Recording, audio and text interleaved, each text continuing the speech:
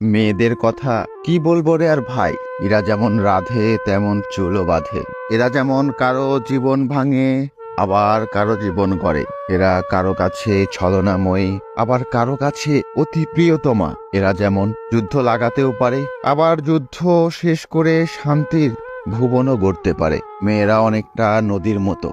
মেয়েরা একুল ভাঙি ওকুল গড়ে। মেয়েরা একজনের স্বপ্ন ভেঙে অন্যজনের স্বপ্ন ভনে। মেয়েরা চাইলেও পারে না নিজের ইচ্ছা মতো চলতে।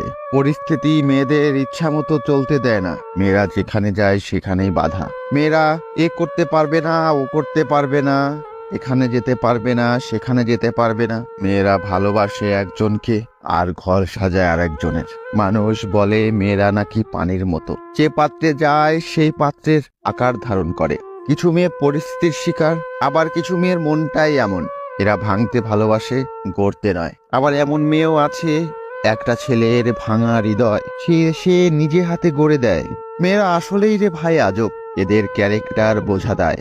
এরা এক এক জায়গায় এক এক রকম। এরা প্রেমিকা হয়ে কারো মন শান্ত করে, আবার কারো মন ভাঙে। আবার কারো মা হয়ে অতি মমতায়, অতি স্নেহে তাদের জীবন গড়ে। মেয়েদের নিয়ে বলতে গেলে শেষ হবে না। মেয়েরা আজব এক জিনিস ভাই।